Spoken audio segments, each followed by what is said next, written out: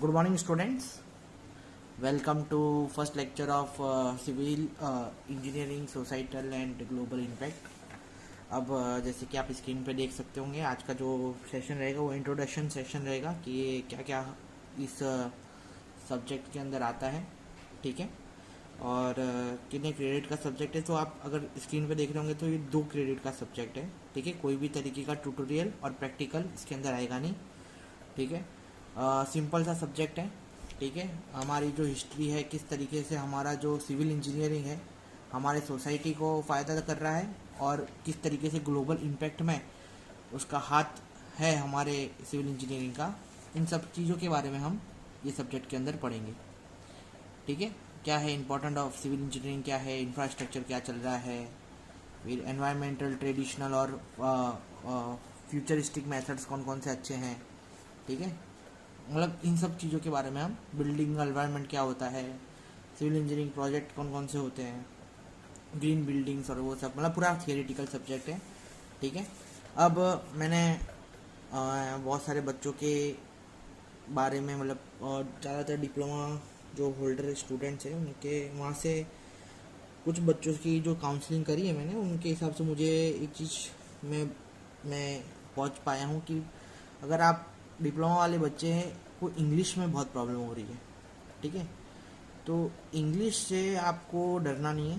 पहली बात तो सबसे पहले इंग्लिश एक लैंग्वेज है और जीटीयू में इंग्लिश के कोई मायने नहीं है, 0 मायने हैं, ठीक है, ठीक है। आपको सिर्फ प्रेजेंट, पास्ट और फ्यूचर टेंस के बारे में पता होना चाहिए कि आप क्या लिख रहे हैं, उसके बारे में पता होना चाहिए। टेक्निकल जो शब्द हैं उसको ग्रैप्स करिए, ठीक है।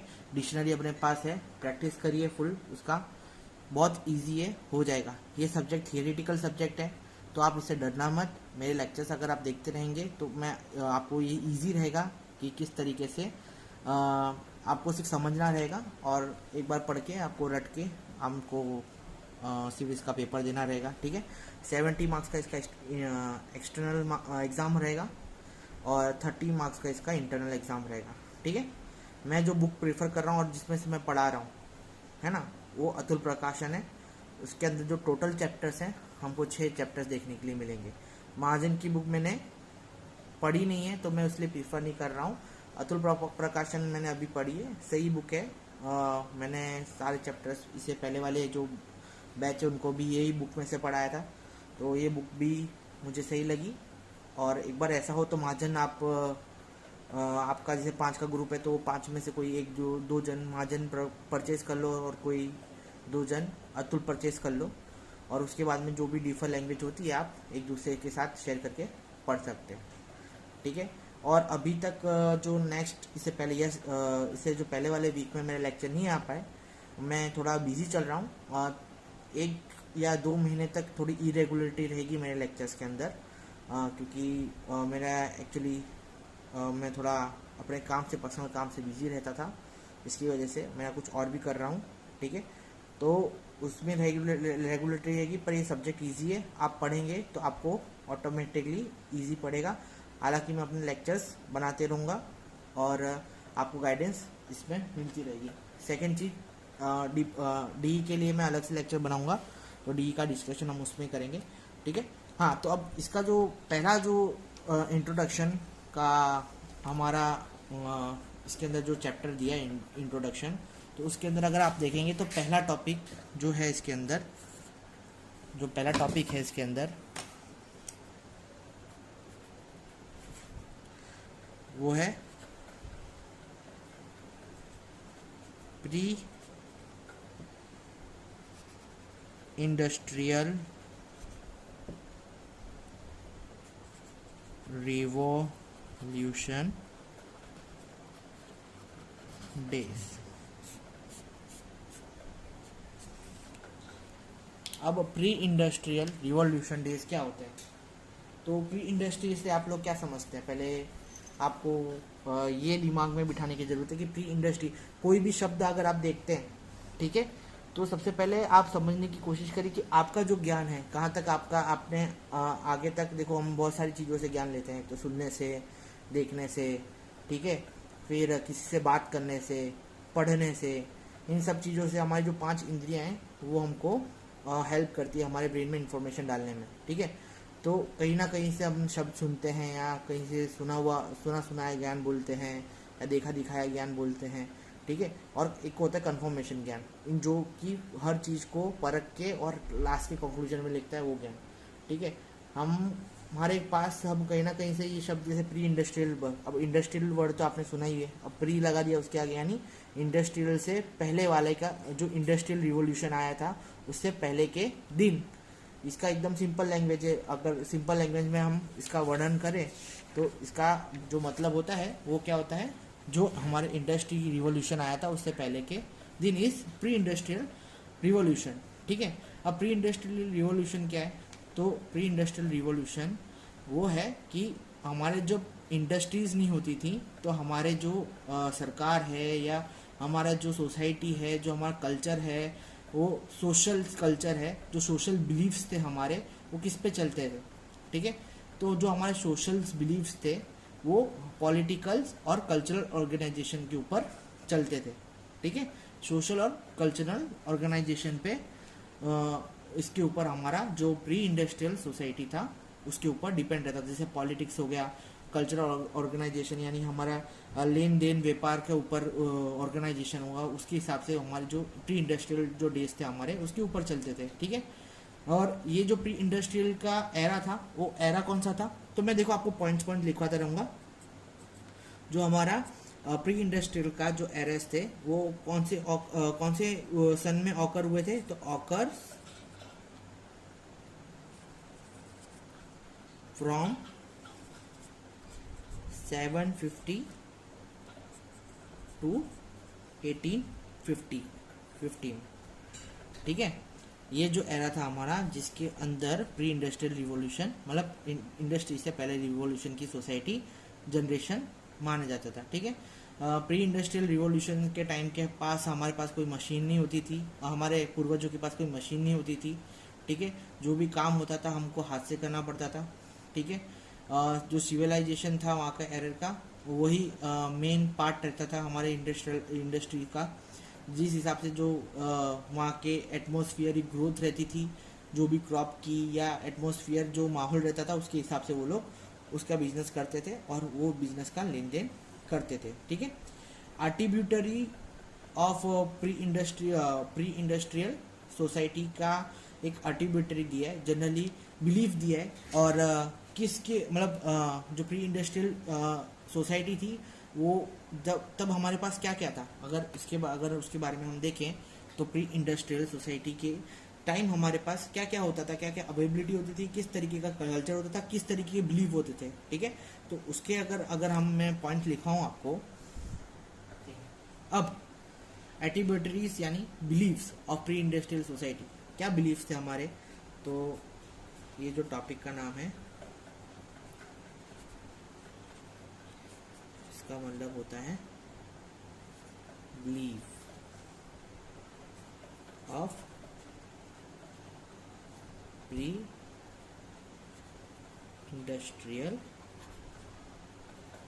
सोसाइटी।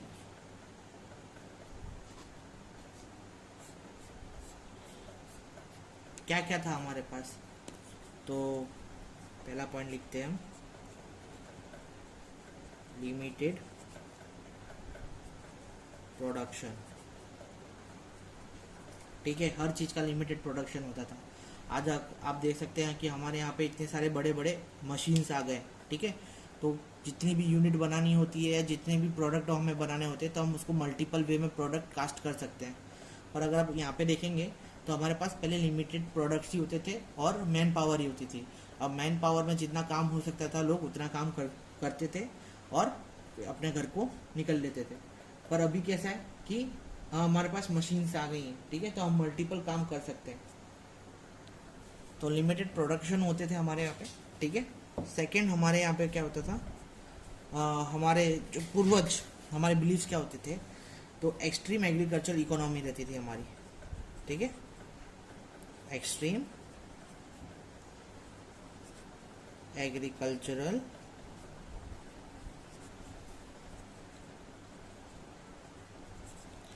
मतलब तो खाने पीने के लिए या बेचने के लिए या प्रोडक्शन के लिए कोई काम नहीं होगा तो आदमी क्या करेगा, खाना उगाएगा।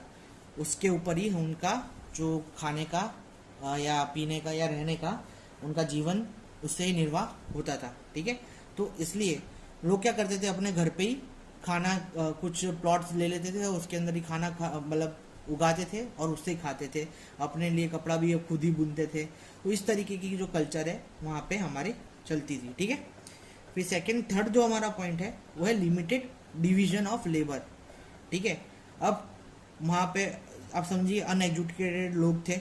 ठीक है, बहुत कम के अंदर ऐसा दिमाग था कि हम आगे बढ़ें, कि कुछ काम अपने आप को स्किल्ड करें। तो उसके अंदर क्या आता था, एक लिमिटेशन आ जाता था, किसके अंदर, लेबर्स के अंदर। ठीक है, तो लिमिटेड अगर जो प्रोडक्शन है, ठीक है, सोसाइटीज हैं, और जो क्या बोलते हैं नंबर्स ऑफ लेबर्स हमको कम देखने के मिलते थे। तो हम अपना थर्ड पॉइंट लिख सकते हैं हमारा, लिमिटेड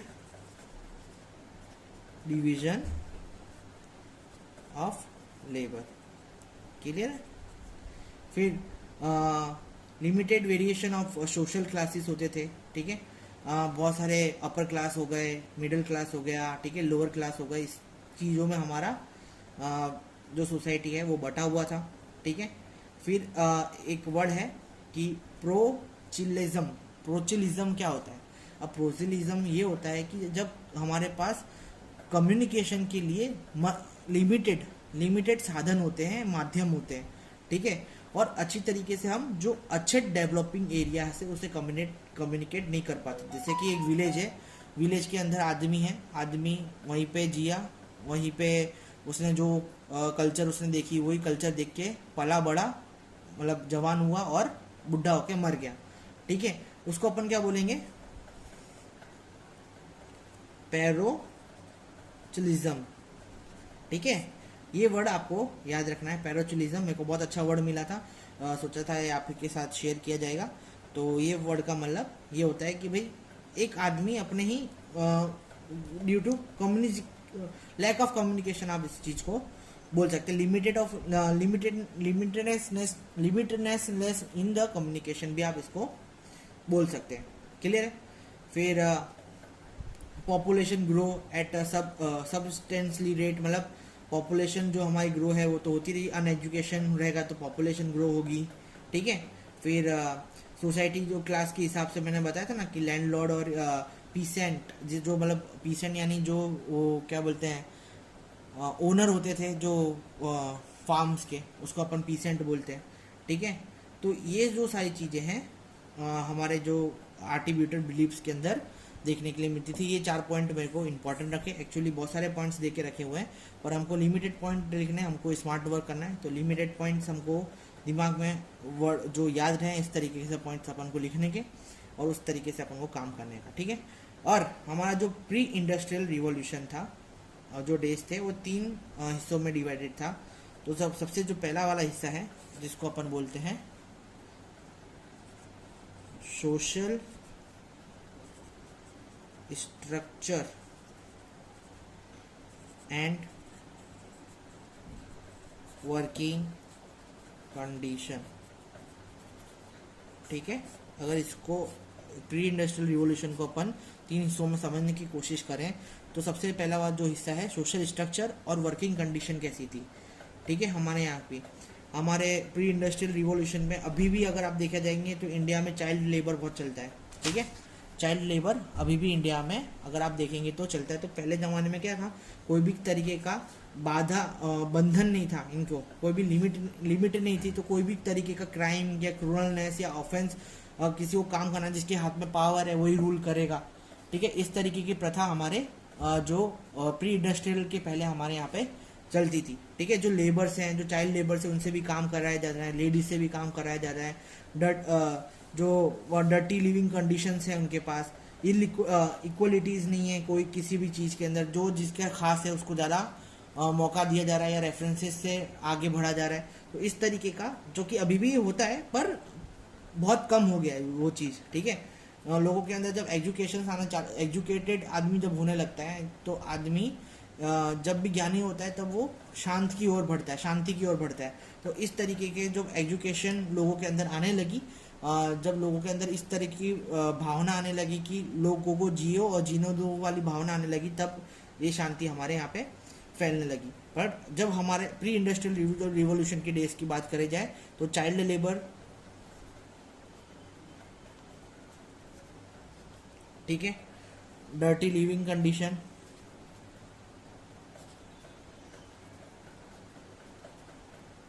ठीक है, एंड लॉन्ग वर्किंग आवर्स, ठीक है, लॉन्ग वर्किंग आवर्स यानी जितना, जब तक काम कंप्लीट नहीं होगा तब तक आपको निकलने का नहीं, कोई भी तरीके की समय की सीमा नहीं है, ठीक है। जब तक आपको, अब हाँ उनका काम जो है, जो काम होल्डर मतलब जो ओनर है उनका जब तक सेटिस्फेक्शन नहीं हो जाता काम का, तब तक वो लेबर को छोड़ेंगे नहीं। इस तरीके का काम चलता रहता था, ठीक है। फिर सेकंड जो सोसाइटी थी वो थी federal society.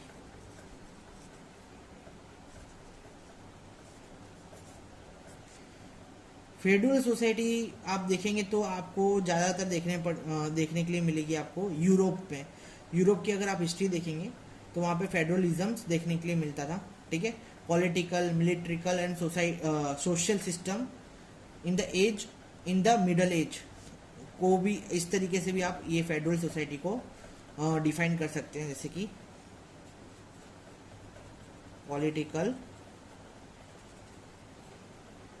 Military and social system in middle edges, ठीक है। अब 9 to 15 सेंचुरी अगर हम यूरोप की देखी जाए तो political, military and social system, तो ये तो तीन वर्ड आपको अपने स्क्रीन पे दिख रहे हैं, तो वो उससे आपको थोड़ा अंदाजा आता होगा कि किस तरीके की कल्चर होती थी, यानी राजा प्रजा वाली सिस्टम, ठीक है। अब जो राजा है, हिम्मतवर राजा है, जो ताकतवर राजा है, वो राज करेगा, पूरी सोसाइटी को चलाएगा, ठीक है। सोसाइटी उसको क्या देगी, सर्विस देगी, लेबर देगी, किसके एक्सचेंज में, लैंड के एक्सचेंज में। सर में इस तरीके की रिलेशनशिप का स्ट्रक्चर फेडरलिज्म में हमको देखने के लिए मिलता था। समझ में है, political, military and society system in middle ages. तो ये एक तरीके की डेफिनेशन आप बोल सकते हैं हमारी किसकी, फेडरल सोसाइटी की, ठीक है। और थर्ड जो हमारी क्या बोलते हैं, इकोनॉमी एक्टिविटी।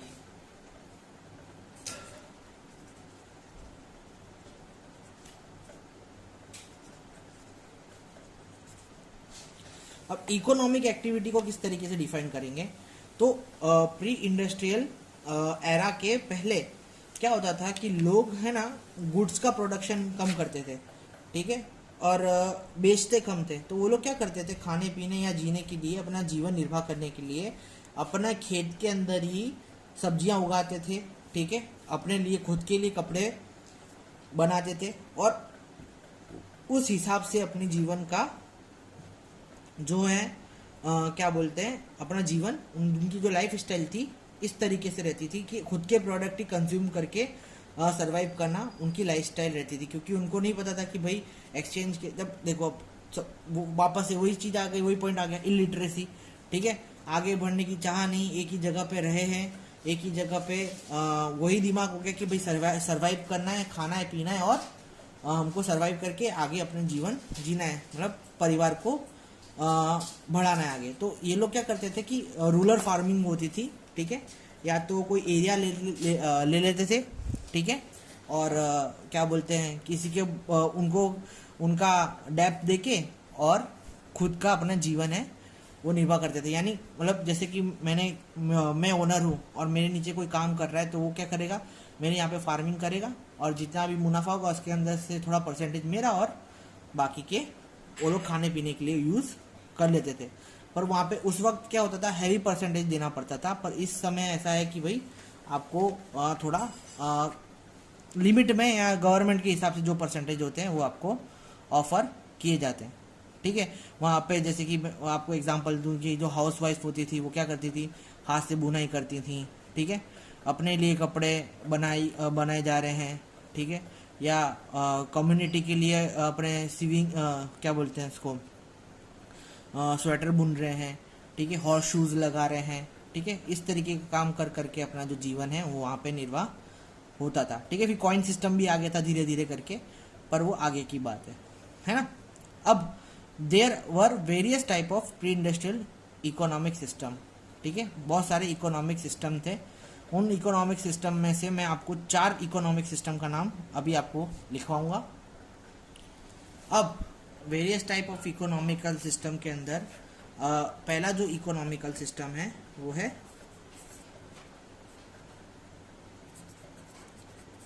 हंटर्स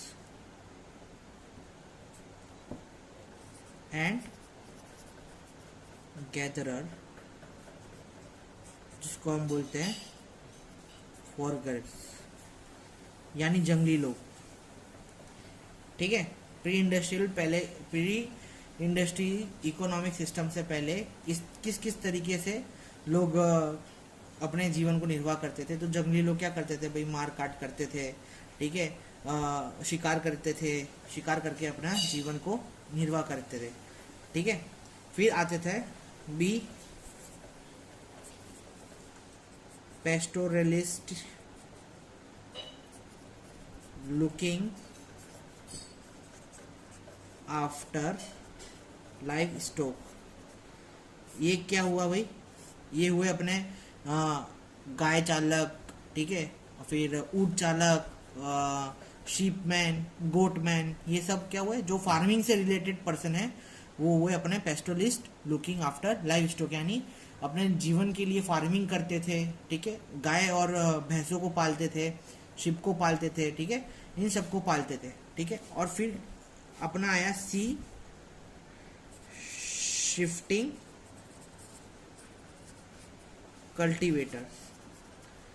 इस तरीके के लोग क्या करते थे भाई कि जहाँ पे जाते थे अपना बसेरा जमा लेते थे, ठीक है, जहाँ पे दिखे अभी हाँ यहाँ पे कोई क्लेम नहीं कर रहा है तो हम लोग क्या करेंगे, यहाँ पे फार्मिंग कर लेंगे, फार्मिंग करके जितना महीना चलता है उतना महीना खाएंगे, फिर कोई क्लेम करने आए तो हम शिफ्ट होते जाएंगे। मतलब एक सिटी से दूसरी सिटी, दूसरी सिटी से तीसरी सिटी से चौथी सिटी शिफ्ट होते रहते थे। और शिफ्ट हो के ये लोग क्या करते थे, अलग अलग तरीके की फार्मिंग करके अपना जीवन निर्वाह करते थे। और डी अगर देखा जाए तो क्या है, इंटेंसिव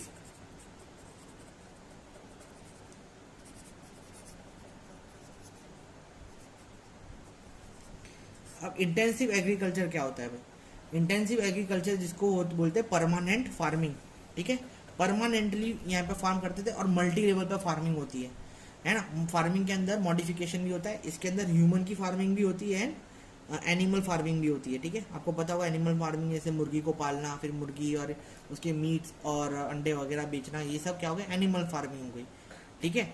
और ये कौन सी हो गई अपनी शिफ्टिंग कल्टीवेटर यानी वेजिटेशन फार्मिंग हो गई, है ना। तो इस तरीके की फार्मिंग बच्चे क्या बोलते हैं हमारे पूर्वज लोग करते थे।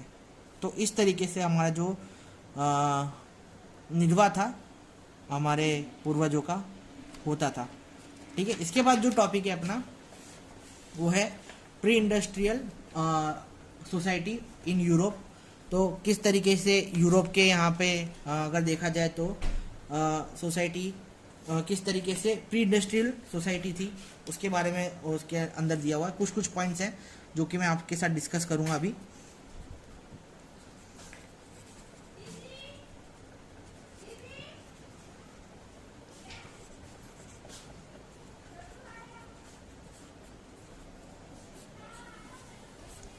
हाँ, तो भाई यूरोप को ऐसा इस तरीके से माना जाता था, रोम बोला जाता था पहले, कि कोई एक स्कॉलर ने बोला था कि भाई जो यूरोप है, इस तरीके से उनने ऑब्जर्व किया था कि यूरोप की जो फर्स्ट सेंचुरी है वो उनकी जो कॉमन टेक्नोलॉजी है वगैरह है या डेली लाइफ है वो इंग्लिश पीपल की 17वीं सेंचुरी से मिलती है। मतलब जो फर्स्ट सेंचुरी है हमारे किसके, रोम की, फर्स्ट सेंचुरी ऑफ रोमन्स, ठीक है, अरे यार, first century of Romans is equivalent to क्या बोला था, 17वीं सेंचुरी ऑफ इंग्लिश पीपल। ऐसा कोई स्कॉलर थे, उन्हें इस तरीके का स्टेटमेंट दिया था, तो वो ये बुक के अंदर दिया हुआ है। ठीक है, अब जो हमारी प्री इंडस्ट्रियल टाइम थे वो चेंज हुआ, यूरोपियंस रोमन से यूरोपियंस हो गए वो लोग। ठीक है, फिर वो लोग क्या 13 से फ्रॉम 1300 टू 750। तो ये लोग क्या करते थे इनके यहाँ पे कि भाई जो लैंडलॉर्ड होता था, जो पीपल होते थे, वो सोशल लाइफ में मिक्स रहते थे। ठीक है, स्मॉल प्लॉट लेते थे, उसके अंदर ही जो क्रॉप है उसको फार्म करते थे, होम कंजप्शन करते थे, बच्चों को सिखाते थे भाई काऊ का मिल्क कैसे निकालने का है। ठीक है, एनिमल फार्मिंग कैसे करने की है, किस तरीके से generation by generation rural family रिलीफ्ट होती गई। ठीक है, और क्या हुआ जनरेशन बाय जनरेशन जो सेंचुरी बाय सेंचुरी है उसके उनके अंदर चेंज आता रहा। ठीक है, जैसे कि पहले फार्मिंग ये खुद करते थे, तो धीरे धीरे ये लोग किसका डोंकी या क्या बोलते हैं कैमल या ऑक्स से ये लोग फार्मिंग कराने लगे। ठीक है, इस तरीके से ये लोग फार्मिंग करते करते वो आगे बढ़ते रहे। अब जो इंग्लिश लोग थे उनकी डाइट कैसी होती थी, वो सिर्फ ब्रेड और मीट खाते थे, पर इन लोगों में ऐसा माना जाता है यूरोप में कि ये लोग बहुत कम फ्रूट और वेजिटेशन खाते थे। क्यों? क्योंकि वो ऐसा बिलीव करते थे कि कम वेजिटेशन और फ्रूट्स खाने से क्या वो डिजीज या डिप्रेशन और ये फ्लॉटनेस इनको आता है, क्योंकि ये लोग इलिटरेट पीपल थे। ठीक है, इलिटरेट लोग थे उस वक्त, तो इसकी वजह से उनका मानना ये था। अपने फिजिकल हेल्थ पे इन लोगों का बहुत कम ध्यान था, भगवान पे विश्वास करते थे। हालांकि हमारे इंडियंस भी पहले पूरी तरीके से भगवान पे विश्वास करते थे। ये लोग माइक्रोबायोलॉजी को इग्नोरेंट करते थे। ठीक है, इनकी जो थियोरी थी फिजिक्स की, अर्ली फिजिक्स और एस्ट्रोलॉजी के अंदर ये इन लोगों का ज़्यादा बिलीव था, पर ये माइक्रोबायोलॉजी के अंदर एकदम इग्नोरेंट तरीके से बिहेव करते थे। ठीक है, और इनका जो ट्रेडिशनल आउटलुक जनरेशन है वो अच्छा रहा है, पर क्या बोलते हैं इनकी जो हाइजीन के मुकाबले में, जैसे मैंने आपको बोला माइक्रोबायोलॉजी के अंदर इनका कम ध्यान था, तो इनडायरेक्टली आप बोल सकते हैं इनका जो हाइजीन था, ठीक है, जो हाइजीन था इनका वो पुअर था। ठीक है, इनका जो हाइजीन था वो पुअर था। अगर देखा जाए तो इनकी जो उस वक्त की डेथ रेट भी अगर देखा जाए तो 1600 सेंचुरीज में 25% of new born baby children died हो जाते, मतलब मर जाते थे। ठीक है, और 25% जो टीनेजर्स होते थे वो मर जाते थे। ठीक है, ड्यू टू टाइफॉइड, फिर प्लेग हो गया। ठीक है, फिर इन्फेक्शियस डिजीज हो गई, पर ये लोग क्या इलाज नहीं करा रहे, भगवान के भरोसे चला रहे थे। ठीक है, इनके यहाँ पे एक ब्लैक डेथ डे भी आया था। ठीक है, 1348 टू 1351। ठीक है, इनके 25 million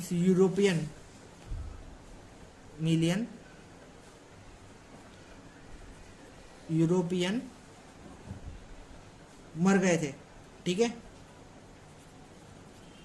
out of 80 million people. ठीक है, 80 मिलियन पीपल में से 25 मिलियन यूरोपियन निकल लिए थे, समझ में आया है ना। और 3 साल के अंदर आप बोल सकते हैं 1/3 डेथ हो गई थी पॉपुलेशन यूरोप की। ठीक है, तो इतना खराब हाइजीन की वजह से इन लोगों को ना भुगतना पड़ा था। ठीक है, प्री इंडस्ट्रियल पॉपुलेशन इनकी जो थी वो 12 मिलियन जितनी थी, और ज़्यादा 13, मतलब ये लोग क्या पॉपुलेशन इनकी इंक्रीज नहीं हुई 400 बार, इनकी 15 मिलियन ही पॉपुलेशन है अभी भी। तो ये लोग जैसे लिटरेसी रेट बढ़ता रहा तो इनका जो, जबकि अगर आप इंग्लिश में यूएसए में देखेंगे तो 20 इनकी जो जैसे 4 ईयर्स में जो यूरोपियन है उनकी जो परसेंटेज में अगर देखा जाए तो सिर्फ 20% ही इंक्रीज हुई पॉपुलेशन, पर यूएस में अगर देखा जाए तो 400% इंक्रीज हुई 100 ईयर्स के अंदर ही। ठीक है, 1990s टू 2000 सेंचुरी की अगर देखा जाए तो 76 मिलियन जो पहले अगर 100 साल पहले की अगर हम बात करें, जैसे कि मैं इसकी बात करता हूँ 1900 से 2000 में अगर बात करूँ तो यूएस की पॉपुलेशन हो गई है कितनी 76 मिलियन टू 281 मिलियन जितनी, यानी जो रेट है वो कितना है, 400 से भी ऊपर का है, ठीक है।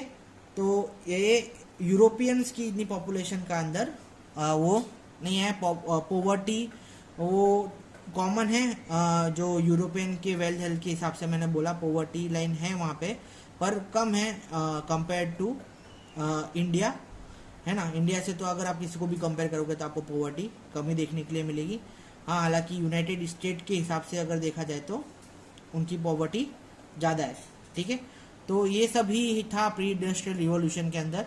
आप अगर पूरा का पूरा आर्टिकल पढ़ेंगे जो कि आर्थुल के अंदर दिया है, तो उसके अंदर इन सब के बारे में डिस्कस किया गया है, ठीक है। और pre industrial society of India के बारे में भी बताया गया है, ठीक है। इंडिया के बारे में बताया गया, तो इंडिया के बारे में भी अपन डिस्कस तो कर ही लेते हैं यहाँ पे, ठीक है।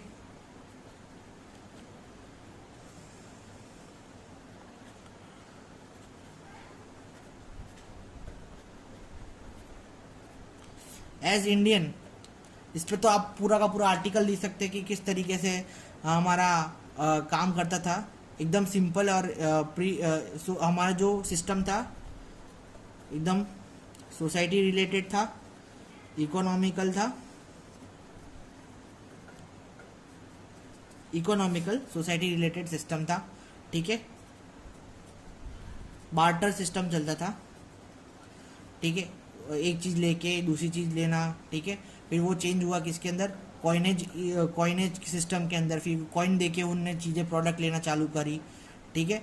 फिर हमारे यहाँ पे प्री इंडस्ट्रियल सोसाइटी वॉज कैसी थी, हमारी जो प्री इंडस्ट्रियल सोसाइटी थी, प्री इंडस्ट्रियल सोसाइटी वाज